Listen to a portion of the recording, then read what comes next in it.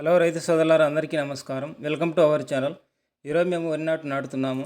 ఈ వరి నాటు నాటడానికి మేము వ్యవసాయ కూలీలకు ఒక ఎకరానికి రమారమి 5,000 రూపాయల చొప్పున ఇస్తున్నాము. మీ ప్రాంతంలో ఒక ఎకరానికి ఇలా వరి నాటు పెరికి వరి నాటడానికి ఎంత ఇస్తున్నారో కామెంట్ రూపంలో తెలియజేయగలరు.